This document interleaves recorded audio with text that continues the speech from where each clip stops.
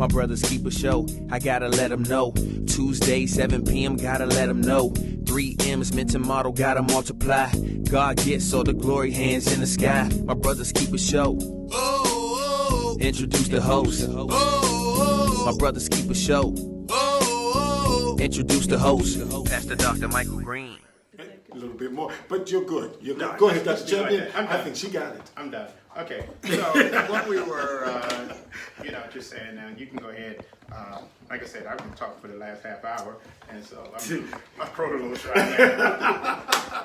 Ladies and gentlemen, thank you so much for just hanging out with us, and we ask that we thank you for your patience with us and just hanging in there with us. But again, we just thank you. And many of you may not have been able to physically see us, but yet and still, so we shifted to another measure, vehicle of social media. So howsoever, ...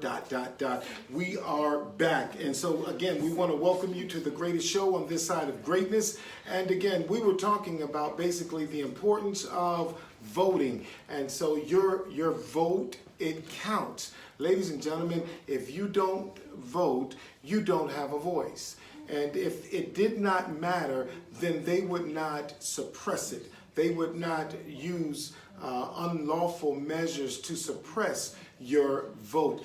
Please get out and vote. And no matter what state you are in, please go out and check out vote.org, and you will find your state. Press on it whether you want to get a mail-in ballot or whatever it is. And so if you want to stand in line, that's good. But make sure you get your vote in early. I want to encourage people to get your vote in early because, like as I stated earlier, but I think we were not connected and we had some technical difficulties. Yeah, man, you said some deep stuff that while we weren't online, man.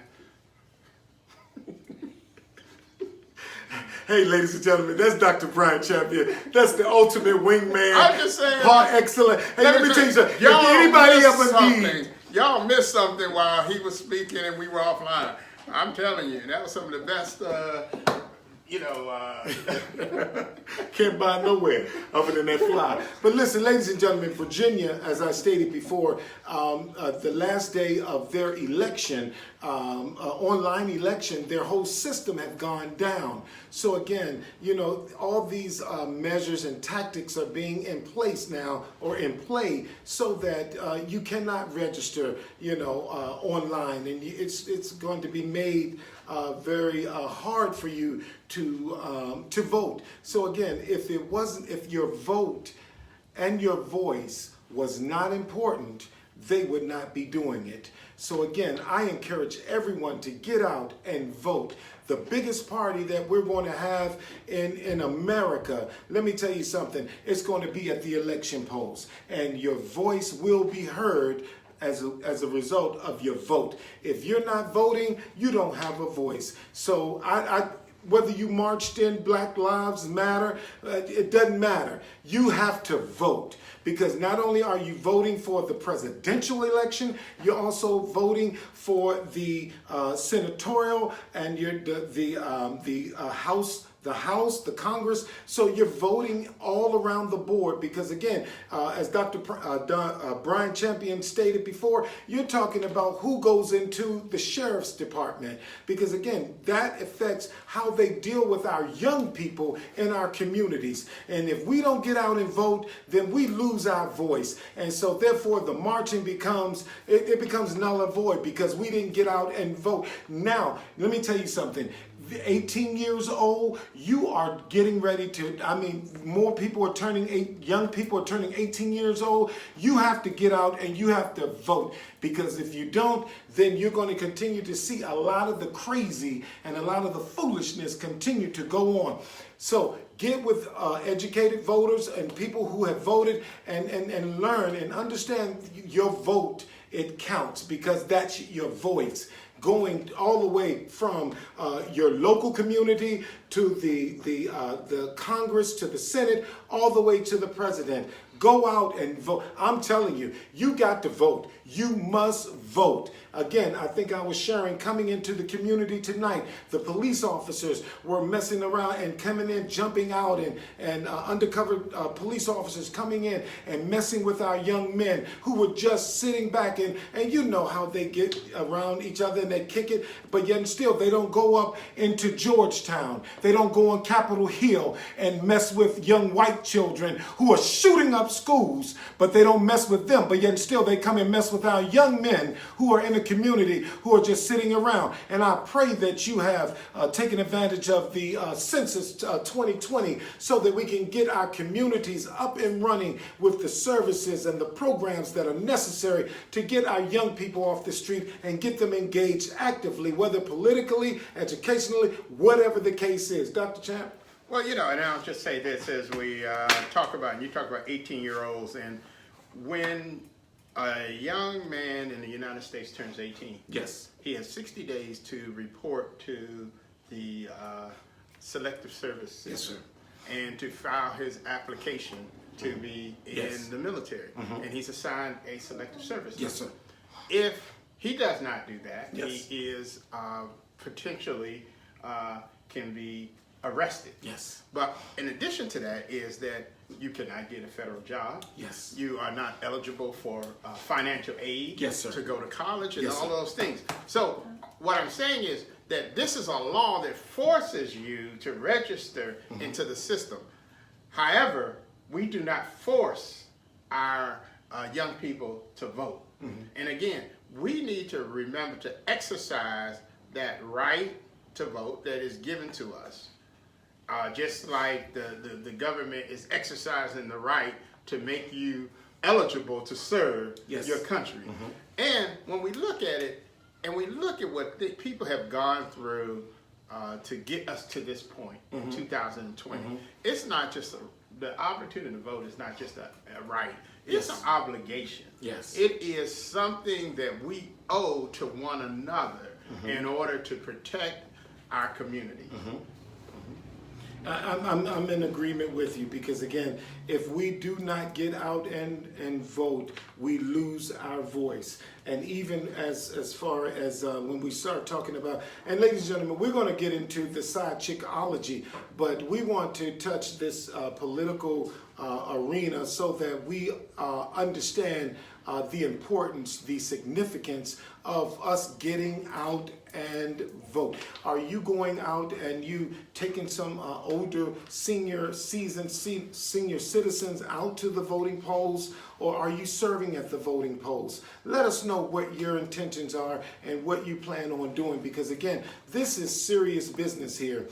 We do know that the Supreme Court Justice nominee is going through the Senate. Amy, what's her last name? I forget her last name. Amy. Let's just say Amy.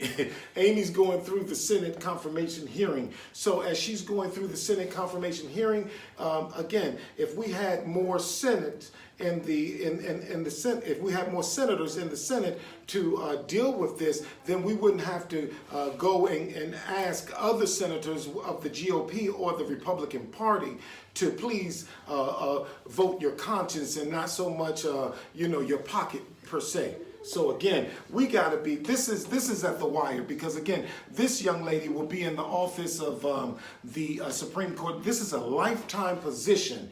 And again, she's trying to make, the media is trying to spin her off as being another RBG, Ruth Bader Ginsburg, but she is far from Ruth Bader Ginsburg. I'm sorry, I'm going in on it because we need to know. Let me tell you something. This young lady is not for women, because she's voting against women's right to take care of their bodies, of having a choice, Roe versus Wade. And so it is clearly up to us as a people to come. I'm talking about white, black, orange, green, gay, lesbian, whatever you are. This is a people movement so that we can make sure that we have the rights. This is a democratic society, but the media and the cohorts of the GOP are spinning this whole movement about her trying to be liberal and a woman's right because she's a woman. No.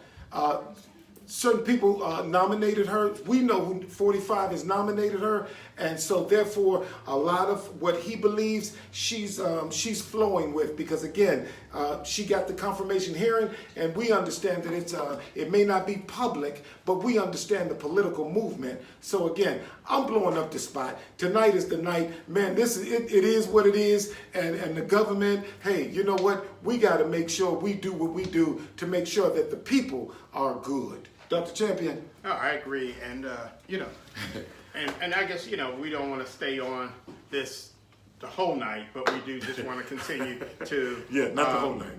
To press upon you. And we're going to be talking about this the next few weeks. We're 3 weeks away. And in fact, we're about 20 days away from November 3rd. 20 days from November 3rd. So when we look at it, we'll be continuing to encourage you to cast your vote. Yeah, and Amy Barrett is her name, ladies and gentlemen. Amy Barrett. So, what are your concerns? What are your thoughts? Even with, I wanted to make sure that before we got into the topic of chickology, why men and women cheat, and how to come back from infidelity, but I wanted to just really touch the political arena of what we're really dealing with in today's time where we are, and just put our hand on the pulse of the political arena today. What were your concerns or your comments, your statements about what happened during the presidential election? What was your concerns with the vice president election debate? The vice presidential debate with Vice President Michael Pence and Kamala Harris. Dr. Champion? Yeah, as we looked at it, it was anticlimactic in many ways, as we saw the issues being avoided, where the candidates came in with their own agenda and were more determined to speak to those agendas than answering the questions that were before them. And so what we recognize, and you have to look at people who use a strategy like that, is that when the American people speak, do you want a candidate that's going to ignore your concerns in order to continue to promote their agenda?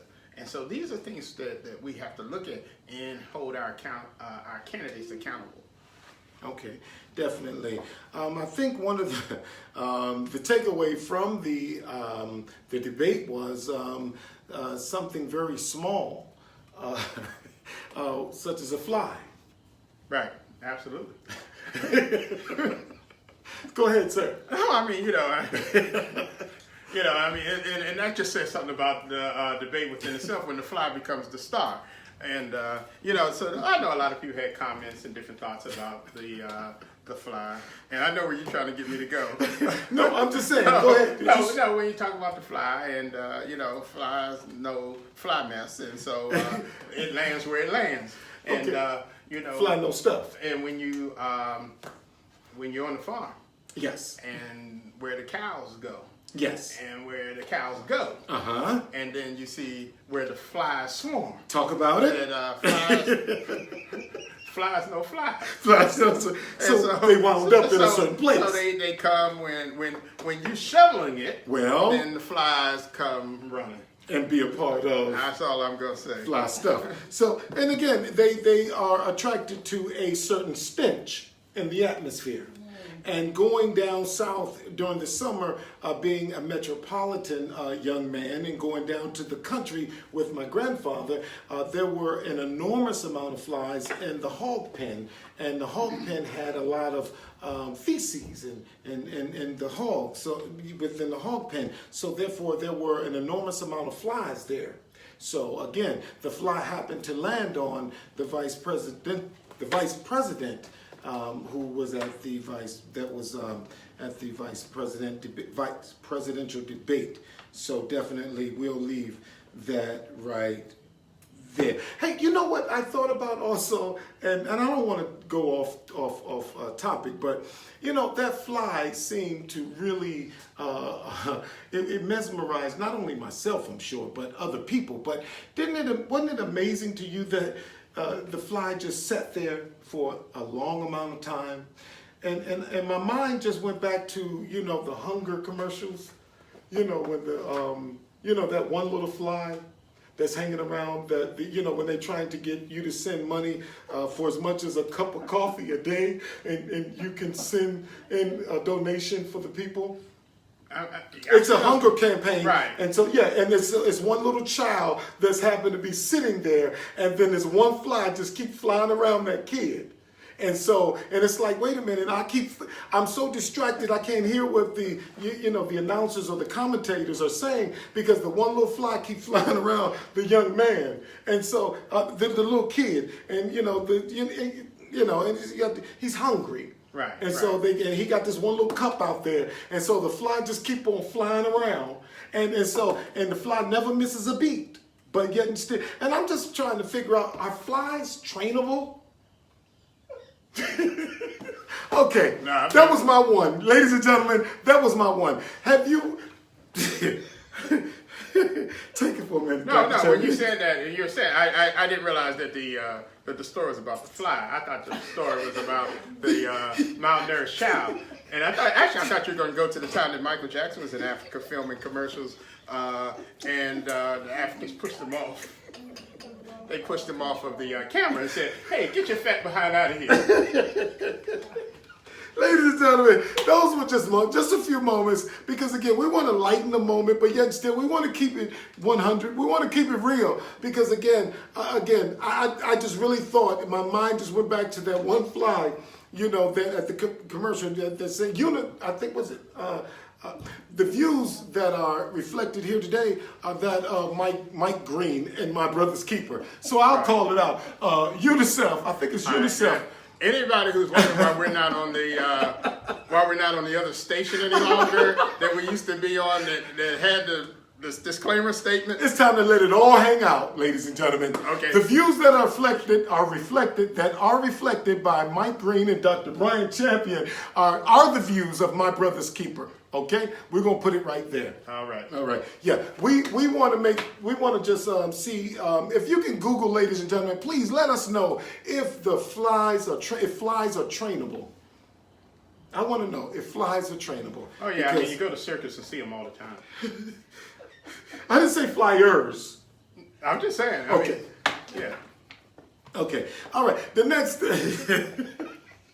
Okay, the next topic that we want to address, we want to talk about, is the COVID-19, and you know, the death rate continues to go, exceeding 213,000. And here we have our president, president of the United States of America, in fact, who has contracted COVID, the coronavirus, and then it was October the 2nd, but yet still he wanted to still go out and do campaigning, but yet still he didn't want to do the debate with presidential nominee Joe Biden. What are your thoughts on that? Well, he wanted to do the debate, but he wanted to do the debate in person.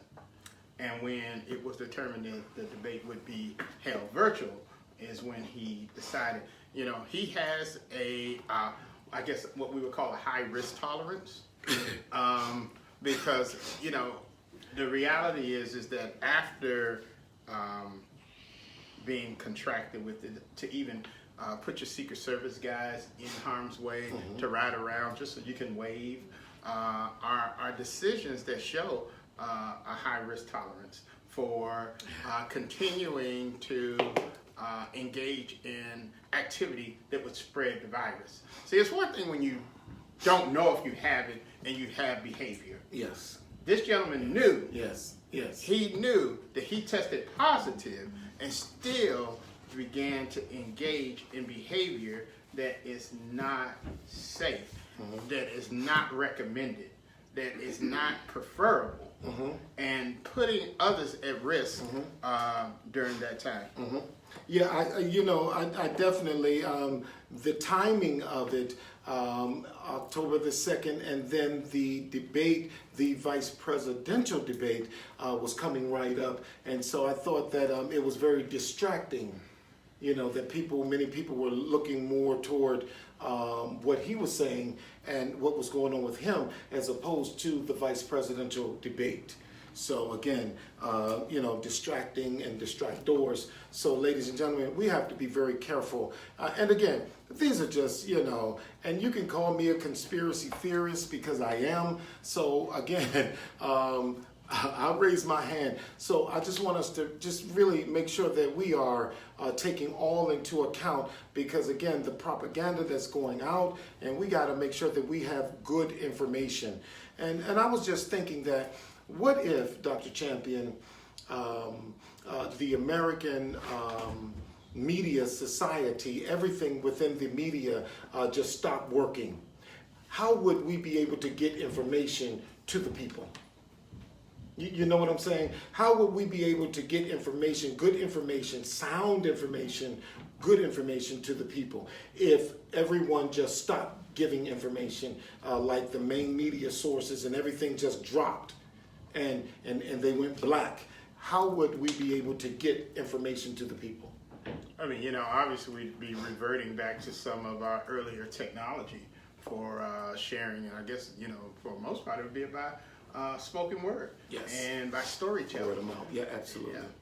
Absolutely. I definitely agree. So we got to, ladies and gentlemen, we got to really get in a place where we got to get our African-American newsletters. We got to get our African-American information content. We got to be so on point so that we're disseminating good information from us, by us, so that we're able to understand what it is that we are listening to, and with the movement. Probably got about 5 minutes. Okay.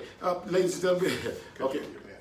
Okay, thank you, Dr. Champion. He just informed me that we got about 5 minutes because, again, throughout the technical difficulties, we've been using the battery, and the battery is about 5 minutes. So what we're going to do right quick is just go through with Chickology. We definitely, again, thank Dr. Champion.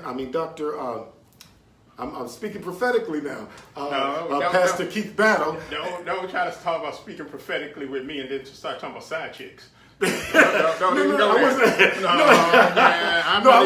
not even letting you go there on me.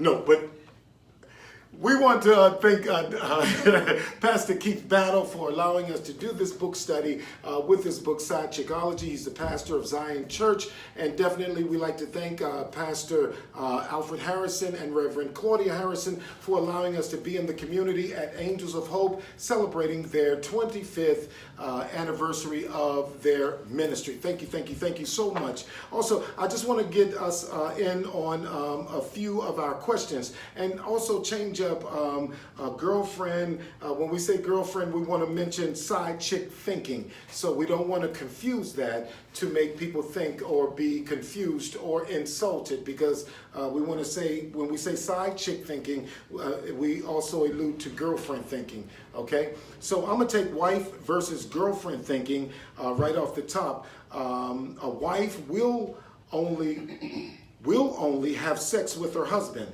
A wife mentality will require the relationship to be public, and a girlfriend thinking, which is side chick thinking, will allow the relationship with no commitment, thinking it's better than nothing. She's an undercover lover, also takes the manipulation, takes being used, and invests everything with no return. And why not put the energy placed on the side chick into the marriage or the spouse? So when we start talking about cheating and going outside the marriage, why not create boundaries and true accountability in the marriage?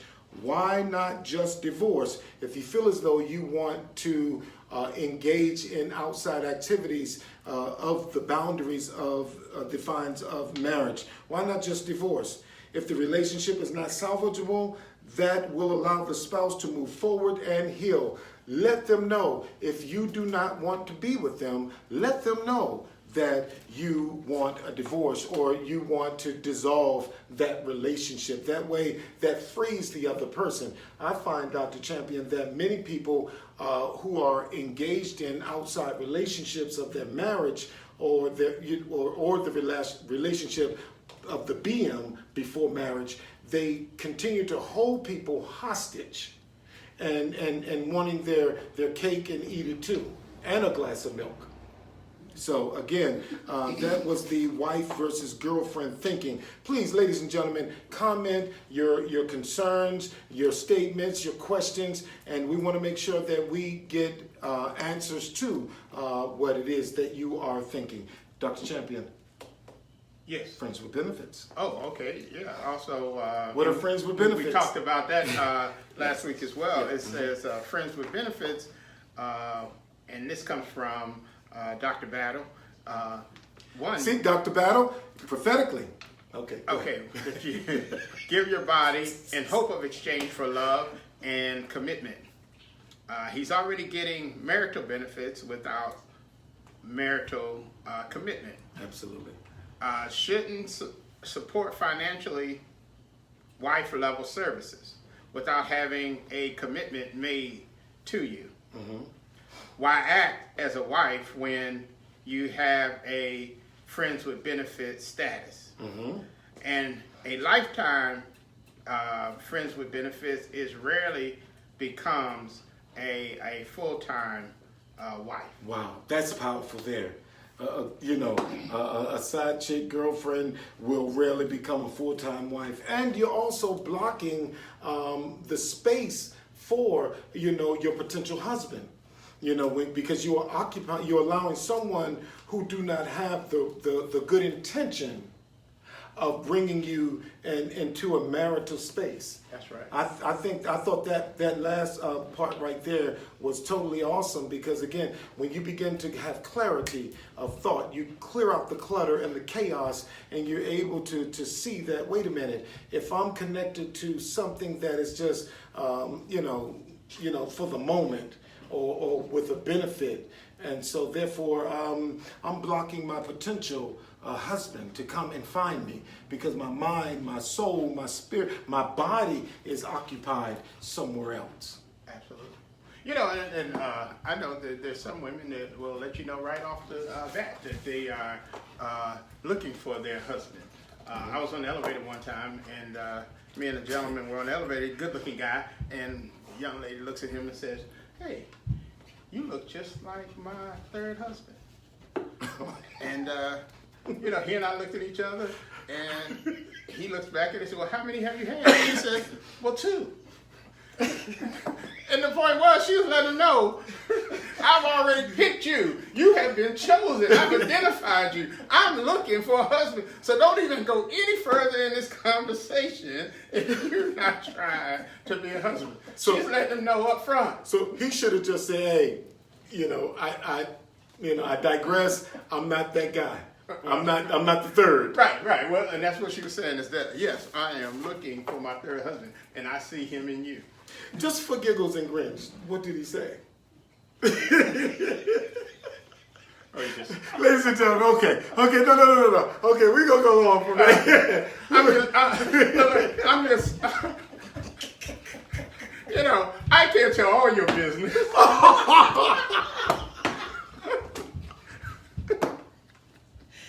Ladies and gentlemen, I've never been on the elevator with this gentleman. I don't know what it. Oh, yes, I have. But no.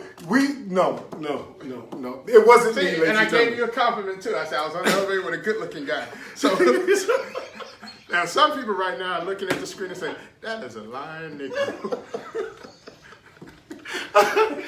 You got me. Okay, so ladies and gentlemen, when I get them back, don't send me no text, emails, and say I should not have done that. You see what he's just done to me. He set me up, threw me out there. Okay, go ahead. What's next, sir? You got something under there? No. Something. Oh, okay. I'm sorry. Yeah. All right. I didn't realize it was his backside. Yeah. I mean, I didn't realize there was another card.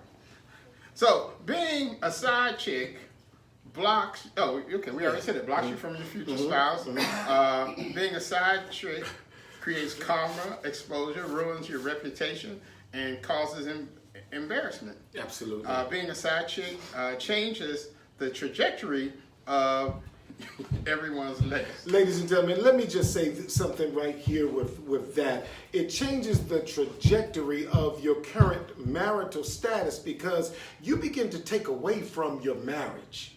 you begin to take resources, you begin to take time, you begin to take efforts, your energy away from the current marriage, because now you're devoted and you're trying to win with the affections and everything. You're taking away from the current place. And so therefore you're no longer, in a space where you're most intimate, you're most vulnerable with your spouse. You're now in a place where you're most intimate and vulnerable with a side chick or a side slick. So then it's like, you're taking so many resources. So now you're depleting that unit, that what God is honoring. And you've asked God for this mate. You asked God for that husband, that wife. So now you're taking away from. So again, that right there, it really, it's amazing, because again, you shift the trajectory when you begin to go outside of, that marital place. Dr. Chan? No, I agree with you totally. I mean, wow, friends with benefits sounds like, beneficial. It's short-term benefits. It's not long-term benefits, And, Temporal and pleasure. anybody who is looking at their investments, they tell you, don't look at the short return, look at the long return. Absolutely. And so don't watch it every day. And that's how we have to do with relationships as well. Sometimes we get caught up in the day-to-day and not really recognize that we're in this for the long term. So a bad day doesn't equal a bad relationship. Absolutely. So there's no reason to go out and find somebody else when you got everything you want right there. Absolutely. But also, And build it. when you're thinking of it, and that thing, it's like you're looking for temporary or short-term gratification when you start having the side chick or the side slick or whatever you want to call it, the friends with benefits. All of those things are looking at very short-term satisfaction. Absolutely. I definitely agree. Ladies and gentlemen, we have consumed much of your time this evening with a lot of our technical difficulties, but howsoever, we definitely thank you so much for hanging in there with us. And I promise you next week we'll be able to bring something. We'll make sure that everything is flowing proper and appropriate so that we can get you in a good place so that we can get you the content and the information. But definitely we're going to post some of these questions online so that you can definitely take an opportunity to listen, look at them, and even yourself answer and even respond, because we want to hear from you. And whether it is through our inboxes, Dr. Bryan Champion on his Facebook, myself, Pastor Michael Green, you can definitely inbox us. So definitely, our time is up. We definitely thank you for yours. Remember, when good men stand together, we become greater. We are our brother's keeper, and see you on the other side of greatness. God bless you. See you next week.